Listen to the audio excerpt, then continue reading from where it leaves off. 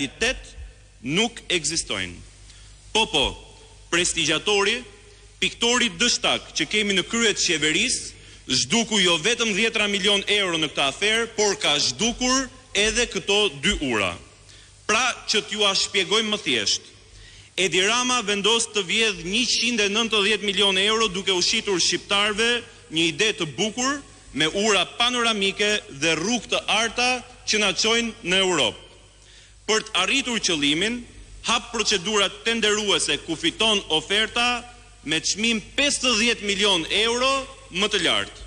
E me sa duket, Oreksi vjen duke ngrënë dhe 50 milion euro nuk u mjaftuan dhe vendosin të zhdukin dhe 25 milion euro të tjera duke zhdukur ndërtimin e këtyre 2 urave të paraqitura në projekt dhe në preventiva.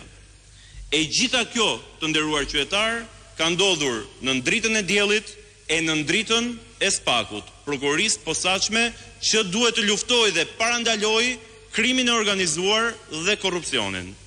Të gjitha këto fakte, dokumenta, Partia Demokratike e Shqipërisë do t'ja përcjell zyrtarisht prokurorisë së posaçme Spakut, pasi në këtë rast nuk kemi të bëjmë thjesht me një shkelje të barazisë në tendera, por të kemi të bëjmë me